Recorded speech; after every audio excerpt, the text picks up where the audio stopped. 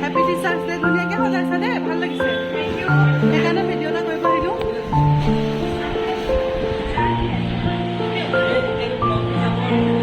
ইউটিউবত যাব হয়।